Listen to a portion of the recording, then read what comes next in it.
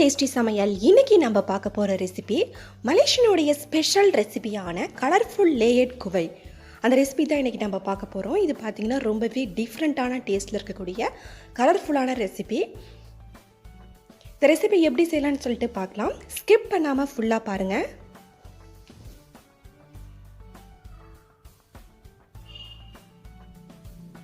இன்றைக்கி நான் குவை செய்கிறதுக்கு ரைஸ் குக்கருடைய கப்பை எடுத்திருக்கேன் மெஷர்மெண்ட்டுக்காக. இதில் 1/4 கப் அளவுக்கு பச்சரிசி எடுத்திருக்கேன். இது நல்லா 1 மணி நேரம் நல்லா நான் ஊற வச்சு எடுத்திருக்கேன்.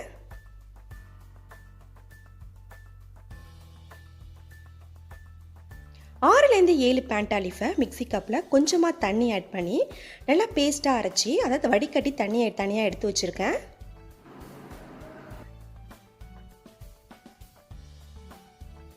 மிக்சி கப்பில் அதே கப்பால் 2 கப் அளவுக்கு சுகர் ஆட் பண்ணியிருக்கேன்.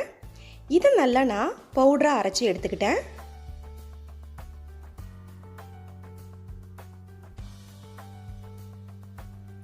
ஊற வச்சிருந்த பச்சரிசியை மிக்சி கப்பில் ஆட் பண்ணியிருக்கேன். இதில் பார்த்தீங்கன்னா 2 தேங்காவுடைய திக்கான பால் எடுத்திருக்கேன். இதை நம்ம அரிசியில் ஆட் பண்ணி நல்லா பேஸ்ட்டாக அரைச்சி எடுத்து நம்ம வடிகட்டி எடுத்துக்கலாம்.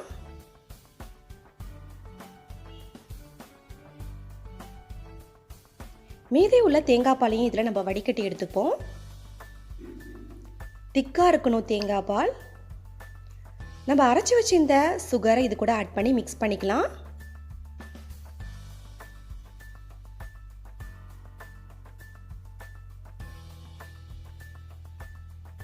ஒரு பிஞ்ச் அளவுக்கு உப்பு ஆட் பண்ணியிருக்கேன்.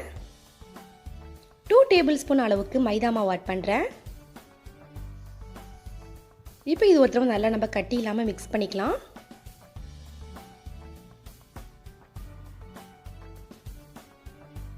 இதை நான் ஒரு 6 பவுலில் ட்ரான்ஸ்ஃபர் பண்ணியிருக்கேன்.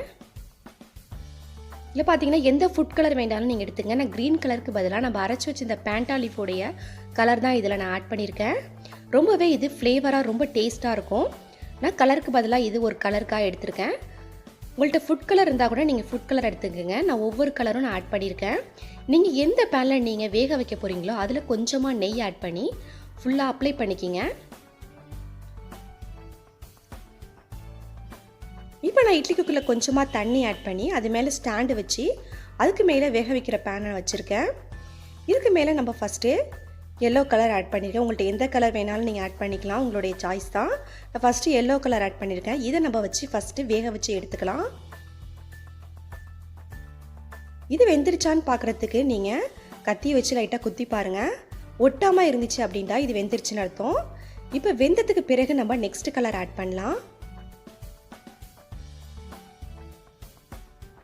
நீங்கள் ஒவ்வொரு கலருமே இது மாதிரி வெந்ததுக்கு பிறகு நெக்ஸ்ட் கலர் ஆட் பண்ணிக்கிங்க. இப்போ ஃபுல்லாகவே எல்லா கலருமே நல்லா குக் ஆகிடுச்சு.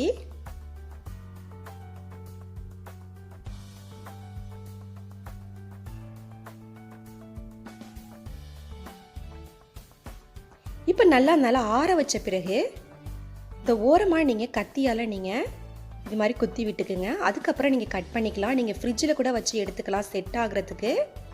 இப்போ நம்ம சேவ் பண்ணிடலாம். பாருங்கள் எவ்வளோ சாஃப்டாக இருக்குன்ட்டு பாருங்கள். ரொம்பவே டிஃப்ரெண்ட்டான டேஸ்ட்டில் இருக்கும். இதில் பார்த்திங்கன்னா நம்ம திக்கான தேங்காய் பால் ஆட் பண்ணியிருக்கிறதுனால அதோடைய ஃப்ளேவர் ரொம்பவே சூப்பராக இருக்கும். பேண்டாலீஃபும் நம்ம ஆட் பண்ணியிருக்கிறதுனால அதோடைய ஃப்ளேவருமே ரொம்பவே சூப்பராக இருக்கும். நீங்களே வீட்டில் ஒரு முறை ட்ரை பண்ணி பாருங்கள். ட்ரை பண்ணி பார்த்துட்டு எப்படி வந்துச்சுன்ட்டு கமெண்ட் பாக்ஸில் மறக்காமல் கமெண்ட் பண்ணுங்கள். இந்த ரெசிபி உங்களுக்கு பிடிச்சிருந்துச்சுனாக்கா சப்ஸ்கிரைப் பண்ணுங்கள், ஷேர் பண்ணுங்கள், லைக் பண்ணுங்கள். மறக்காமல் பெல் பட்டனை கிளிக் பண்ணுங்கள்.